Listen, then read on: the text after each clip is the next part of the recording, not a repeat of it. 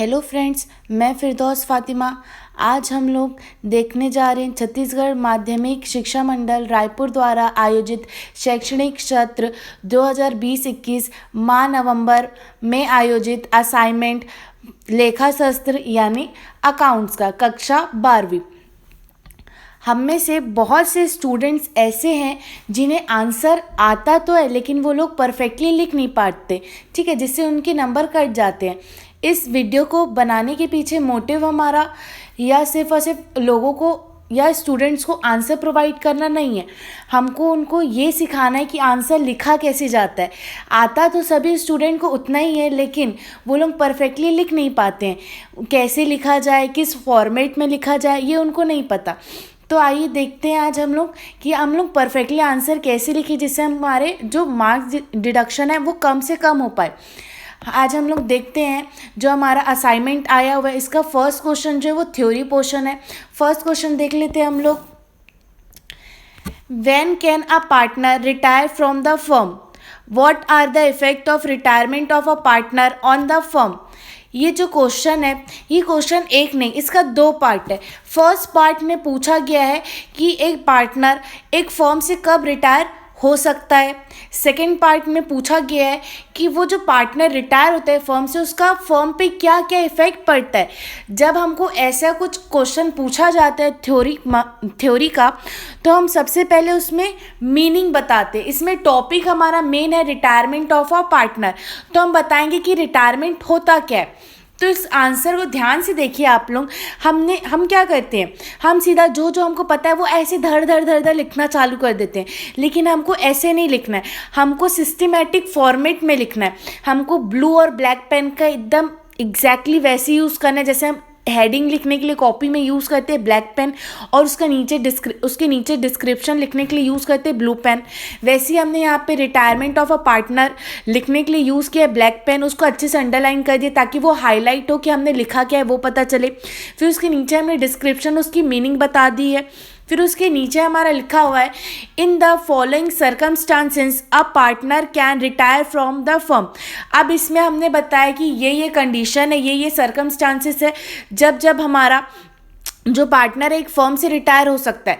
पहला पॉइंट हमने बता दिया ड्यू टू ओल्ड एज, एक पार्टनर बूढ़ा हो जाता है तब वो एक फर्म से रिटायर हो सकता है। ड्यू टू इनएबिलिटी, जब वो पार्टनर काम करने लायक या उसकी हालत नहीं होती है, जब वो काम कर पाए तब वो रिटायर हो सकता है। ये पॉइंट, तमाम पॉइंट्स है जो हमने लिखा है। फिर नेक्स्ट हमारा टॉपिक है the effect of retirement of a partner on the firm. जब एक पार्टनर फर्म से रिटायर होता है तो उस फर्म पे क्या क्या इफेक्ट पड़ता है। पहला पॉइंट में हमने डिस्क्राइब किया है determining new profit sharing ratio and gaining ratio. जब एक पार्टनर रिटायर होता है तो फर्म में सबसे पहला काम किया जाता है न्यू प्रॉफिट शेयरिंग रेशो। जो रिमेनिंग पार्टनर रहते हैं वो लोग अपना न्यू प्रॉफिट शेयरिंग कैलकुलेट करते हैं और उनको कितना गेन हुआ उसका गेनिंग रेशो कैलकुलेट किया जाता है। Valuation and adjustment of goodwill, अब जो रिमेनिंग पार्टनर है वो लोग अपने प्रॉफिट शेयरिंग रेशो के अकॉर्डिंग गुडविल का वैल्यूएशन करते हैं और उसको एडजस्ट करते हैं। यही सब तमाम पॉइंट्स हमने छः पॉइंट्स में, 6 सब पॉइंट्स में हमने डिस्क्राइब किया है। ये था हमारा फर्स्ट क्वेश्चन। ये थ्योरी फॉर्मेट है जिसमें एकदम परफेक्टली हमको ब्लैक पेन ब्लू पेन का पॉइंट दे के neat and clean without any omission, ये सारे पॉइंट का ध्यान रख के हमको लिखना है। नेक्स्ट क्वेश्चन है हमारा प्रैक्टिकल का है, उसमें देखना है हमको क्या लिखा हुआ है। A, B and C are partner in a firm sharing profit in the ratio of 5:4:3 respectively। एक फर्म है जिसके 3 partner A, B and C जिनका प्रॉफिट शेयरिंग रेशियो है 5:4:3। B retire from the firm, B retire हो रहा है। A and B keep their new ratio as 3:2। Find out the gaining ratio of A and C। 3 partner थे जिसमें से B retire हो रहा है, जो A और C बचे हुए उनका न्यू रेशो भी दिया हुआ है 3:2। अब क्वेश्चन में हमको पूछा है कि उन दोनों का बीच का गेनिंग रेशो बताओ, तो हम उसका बता देते हैं। देखो हम लोग ऐसे लिखे हैं कि कैलकुलेट क्या करना है। सबसे पहले उसको ब्लैक पेन से लिखा गया है calculation of gaining ratio after the retirement of B के रिटायरमेंट में जो हम लोग गेनिंग रेशो कैलकुलेट करें उसको ब्लैक पेन से हमने बता दिया कि हम यहाँ पे ये कैलकुलेट करने वाले। उसके बाद हमने लिखा है old ratio. A B C के बीच का जो ओल्ड रेशो था 5:4:3, हमने पहले वो लिख दिया। फिर उसके बाद हम लिखेंगे न्यू रेशो, जो ए और सी बचे हुए रिमेनिंग पार्टनर है उनके बीच का जो न्यू रेशो है 3:2, ये क्वेश्चन में गिवन है। फिर उसके बाद हम लोग फॉर्मूला लिख देंगे गेनिंग रेशो कैलकुलेट करने के लिए, new ratio minus old ratio. फिर ए और सी जो रिमेनिंग पार्टनर है उसका गेनिंग रेशो निकाल लेते हैं इसी फॉर्मूले में पुट करके। ए का हमारा न्यू रेशो था 3/5 माइनस ओल्ड रेशो था 5/12। इसको जब हमने सॉल्व किया एलसीएम लेके तो इसका आंसर आया 11/60। फिर सी है उसका भी एज इट इज सेम निकाल लेते, न्यू रेशो था 2/5 माइनस ओल्ड रेशो था 3/12। उसको भी हमने एलसीएम लेके सॉल्व किया तो इसका लास्ट में एंड रिजल्ट आया हमारा 9/60। उसी को जो फर्स्ट वाला आंसर था 11/60, फिर नेक्स्ट वाला आंसर था 9/60। उसको हमने लिख दिया gaining ratio is equal to 11/9। अब हम देख लेते हैं थर्ड क्वेश्चन हमारा। थर्ड क्वेश्चन भी हमारा प्रैक्टिकल का है। A, B and C are partner in a firm sharing profit in the ratio of 3:2:1. Their balance sheet on 31st December 2018 was as follow. एक पार्टनरशिप फर्म है जिसके 3 partner है A, B and C, जिनका profit sharing ratio है 3:2:1 और उनके firm का balance sheet दिया हुआ है।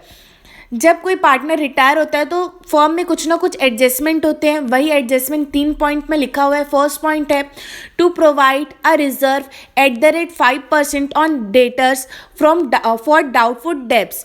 अब बोल रहा है कि जो हमारा डेटर है उसमें 5% का हमारा को रिजर्व बनाना है। नेक्स्ट है हमारा depreciate stock by 5% and machinery by 10%। अब जो हमारे स्टॉक और मशीनरी है उसको 5% और 10% रिस्पेक्टिवली हमको डेप्रिशिएट करना है। थर्ड पॉइंट है हमारा बिल्डिंग इज रीवैल्यूएट एट ₹15,100। जो हमारा बिल्डिंग था उसका वैल्यू चेंज होके 15,100 हो गया है। अब नीचे देख लेते हैं कि हमको इसका बनाना क्या है। Prepare profit and loss adjustment account and partners capital account. अब P&L एडजस्टमेंट अकाउंट और पार्टनर्स का कैपिटल अकाउंट बनाना है। चलिए हम लोग देख लेते हैं कि कैसे बनाया जाएगा। देखिए ये क्वेश्चन नंबर जो थर्ड था उसका सॉल्यूशन है। पहले हमको P&L एडजस्टमेंट बनाने बोला है तो हमने ब्लैक पेन से हेडिंग डाल दिया P&L adjustment account for the year ended 31 दिसंबर 2018। ये डेट लिखना मत भूलिएगा, इसका भी हाफ एंड 1 मार्क्स कट जाता है। फिर हमको जो P&L का जो हमारा फॉर्मेट होता है उसको ड्रॉ किया हमने। डेबिट साइड क्रेडिट साइड, देखिए हमको रिजर्व मेंटेन करना था डेटर्स पे 5% का, तो हमने 9,000 डेटर्स पे 5% का हमने रिजर्व बनाया तो उसका 450 आया। फिर स्टॉक को डेप्रीशिएट करना था, स्टॉक था हमारा 7,000 का, उसको 5% हमने डेप्रीशिएट किया तो आया 350। फिर हमारा जो प्लांट था उसमें भी हमको डेप्रीशिएशन लगाना था 6,000 का हमारा प्लांट था, उसमें हमने 10% का डेप्री लगाया तो 600 आया उसका डेप्री। फिर जो बिल्डिंग था वो रीवैल्यूएट हुआ तो उसकी वैल्यू चेंज हुई थी, पहले उसकी वैल्यू थी 14,000 फिर बढ़ के हो गई थी 15,100, तो डिफरेंस आया था टोटल आपका 1,100 का। देखिए अब हमारा डेबिट का टोटल ज़्यादा है हमारा 1,400 है, लेकिन क्रेडिट का 1,100 है। क्रेडिट साइड में आपका जो आपका डेफिसिट हुआ है, जो कमी आई है उसको बोलते हैं लॉस। यहाँ पे हमने लिख दिया by loss transfer to partners capital account. अब हमने लिख तो दिया है कि पार्टनर की कैपिटल अकाउंट में ट्रांसफ़र करेंगे, लेकिन कौन से रेशो में ट्रांसफ़र करेंगे। जो क्वेश्चन में रेशो दिया था 3:2:1 उसी में ट्रांसफ़र करेंगे। देखिए यहाँ पे लिखा हुआ है डिस्ट्रीब्यूशन ऑफ लॉस, जो लॉस आया 300 का उसको डिस्ट्रीब्यूट करना है। पहले जो रेशो रहता है 3:2:1 जो रेशो था उनका उसको टोटल कर लेंगे तो टोटल में आता है 6। फिर जो हमारा टोटल हमारा जो लॉस है उसको हमने 300 यहाँ पे लिखा। ए का रेशो था 3/6, यहाँ पे 6 बेस में कैसे है आपको क्लियर है, ऊपर में हमने टोटल किया रेशो का वहीं से आया है। फिर वैसे ही सेम ए बी सी के बीच में वही 300 को बांट देंगे तो आंसर आएगा 150, 100 और 50। ये हम कर देंगे, ये डिस्ट्रीब्यूट कर देंगे तो दोनों साइड का जो हमारा डेबिट और क्रेडिट साइड है जो टोटल इक्वल आ जाएगा 1,400 और 1,400। ये हो गया हमारा एडजस्टमेंट अकाउंट बना लिया हमने। फिर हम बनाए हैं पार्टनर्स का कैपिटल अकाउंट। देखिए पार्टनर्स का कैपिटल अकाउंट का फॉर्मेट हमने ड्रॉ किया, 3 पार्टनर ए बी सी, हमने उतना कॉलम बना लिया, पर्टिकुलर बना लिया। सबसे पहले लिखते हैं इनका जो कैपिटल लिखा होता है बैलेंस शीट में वो लिखते हैं बाय बैलेंस ब्रॉट डाउन, ए का कैपिटल, बी का कैपिटल, सी का कैपिटल। अब जो हमारा बैलेंस शीट है उसमें क्रेडिट लाइबिलिटी साइड में रिजर्व दिया रहता है जो तीनों पार्टनर्स में बढ़ जाता है उनके रेशियो में। 3:2:1 था उनका, वही हमारा रिजर्व फंड था टोटल 6,000, उसको हमने बांट दिया इनके रेशो में 3,000, 2,000, 1,000। फिर हमने जो P&L का एडजस्टमेंट का जो हमने लॉस निकाला था उसको हमने यहाँ पे डेबिट साइड में बांट दिया है। फिर C का जो लोन था क्रेडिट साइड का टोटल किया हमने, फिर जो डेबिट में हमने P&L का जो हमने लिखा है उसको माइनस किया, जो भी अमाउंट जो बचता है बैलेंस उसको उसके लोन अकाउंट में ट्रांसफ़र कर देंगे। फिर A और B का क्रेडिट साइड में से डेबिट साइड को लेस करेंगे, जो भी आएगा उसको बैलेंस लिखते हैं, टू बैलेंस क्रेडिट डाउन। ये हो गया हमारा क्वेश्चन नंबर 3। अब देख लेते हैं क्वेश्चन नंबर 4। ये भी हमारा प्रैक्टिकल है। इसका क्वेश्चन लिखा हुआ है A, B and C are partner sharing profit and loss in the ratio of 1/2, 1/3 and 1/6 respectively. Their balance sheet on 31st March 2017 stood at as under. इसका बैलेंस शीट दिया हुआ है। C retires from the firm on that date subject to the following condition. अब C retire हो रहा है firm से, उसके कुछ कुछ कंडीशन है, कुछ कुछ चेंजेस आए फर्म में। फर्स्ट चेंज है plant is to be depreciated by 5%, plant में डेप्रीशिएशन लगाना है हमको 5% का। Stock to be appreciated by 10%, stock जो इसमें एप्रीशिएशन होगा 10% का। Reserve for doubtful debt to be created at the rate 5% on sundry debtors, debtors में हमारा 5% का डाउटफुल डेट का रिजर्व मेंटेन करना है हमको। फिर फोर्थ पॉइंट है आपका गुडविल वैल्यूएट एट ₹12,000, गुडविल का वैल्यूएशन दिया हुआ है 12,000। Prepare profit and loss adjustment account and partners capital account. इसे प्रीवियस वाला क्वेश्चन जैसे हमने बनाया था एज इट इज इसको भी वैसे ही बनाना है।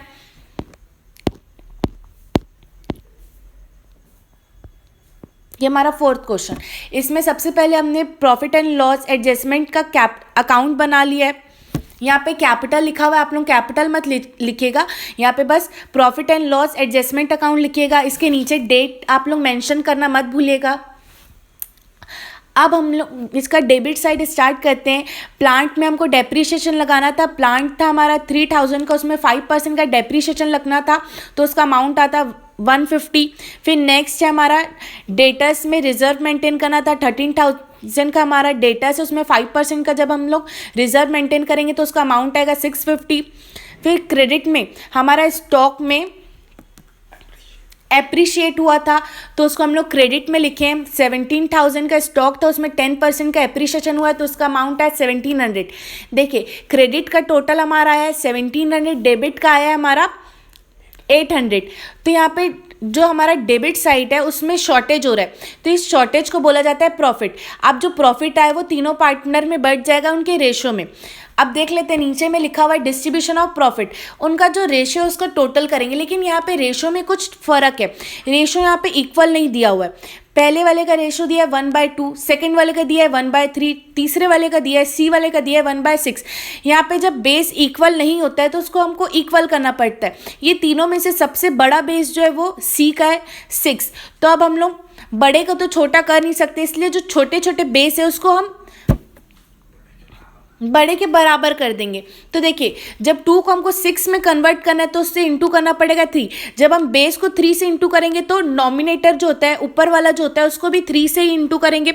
1/2 को हमने इंटू कर दिया 3 से, तो इसका वैल्यू आ गया 3/6। फिर जो हमारा 1/3 था उसको भी इक्वल करने के लिए 2 से इंटू कर देंगे तो इसका आंसर आ जाएगा 2/6। तो हमारा टोटल जो हमारा प्योर रेशो जो है जो इक्वल रेशो वो आ गया 3:2:1। इसका टोटल करेंगे तो 6 आएगा।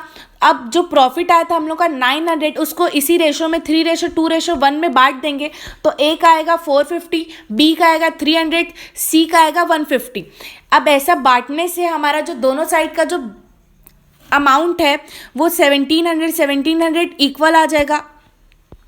अब नेक्स्ट है हमारा पार्टनर्स का कैपिटल अकाउंट। कैपिटल अकाउंट बनाने के लिए सबसे पहले हमको उसका फॉर्मेट ड्रॉ करना है। इसमें 3 पार्टनर्स इसलिए हमने 3 कॉलम ड्रॉ किए ए, बी और सी। सबसे पहले इसमें स्टार्ट करते हैं क्रेडिट साइड से। क्रेडिट साइड में हम लोग पहले इन लोगों का कैपिटल का जो बैलेंस है उसको लिखेंगे बाय बैलेंस ब्रॉट डाउन। ए का, बी का और सी का हमने कैपिटल लिख दिया। उसके बाद नेक्स्ट काम होता है बैलेंस शीट से देख कर इनको रिजर्व बांटना, रिजर्व का डिस्ट्रीब्यूशन। रिजर्व जो इनके रेशियो में बटेगा 6000, 4000 और 2000 इनके रेशो में बटा है। फिर जो हमने प्रॉफिट कैलकुलेट किया था P&L एडजस्टमेंट में, उसको क्रेडिट साइड में हमने डिस्ट्रीब्यूट कर दिया। फिर जो हमारा C जो जा रहा है पार्टनर, उसका कैलकुलेशन करेंगे गुडविल का, उसके जो शेयर है गुडविल में उसको कैलकुलेट करेंगे, ठीक है। C का गुडविल का अमाउंट आएगा हमारा, उसके रेशो में जब हम कैलकुलेट करेंगे 2000। अब ये जो 2000 है वो A और B के रेशो में डिस्ट्रीब्यूट हो जाएगा। A के जब हम लोग कैलकुलेट करेंगे तब आएगा 1200, B का कैलकुलेट करेंगे तो 800। जो ये C का जो गुडविल का अमाउंट है वो A और B के रेशो में बढ़ जाएगा, इसलिए हमने बाय A's कैपिटल अकाउंट 1200 लिखा है जो हमने नीचे में कैलकुलेट किया है। फिर बाय B's कैपिटल अकाउंट लिखा है यहाँ पे 800, ये C वाले कॉलम में आएगा। फिर इसका क्रॉस एंट्री जाएगा डेबिट में, यहाँ पे हमने C के कॉलम में लिखा है तो यहाँ पे लिखेंगे 2 C's कैपिटल। पहले हमने A और B का नाम लिखा था तो C के कॉलम में लिखा, अब C का नाम लिखा है तो A और B के कॉलम में लिखेंगे वही सेम अमाउंट 1200 और 800। जब हम लोग C का कॉलम कंसीडर करेंगे तो क्रेडिट साइड का टोटल करके डेबिट से माइनस करेंगे तो जो भी हम लोग का बैलेंस आएगा तो उसको ट्रांसफ़र कर देंगे टू C's लोन अकाउंट। यहाँ पे आ गया 14,150। अब वैसे ही सेम A और B का भी कर देंगे, A के कॉलम का टोटल करेंगे और B के कॉलम का टोटल करेंगे, वही उसके रिस्पेक्टिवली कॉलम से माइनस करेंगे तो यहाँ पे आ जाएगा टू बैलेंस क्रेडिट डाउन। ऐसे करने से हमारा दोनों साइड का जो टोटल है वो इक्वल आ जाएगा। तो देखिए दोस्तों, ये था हमारा नवंबर मंथ का जो असाइनमेंट आया था 12th क्लास अकाउंट्स का।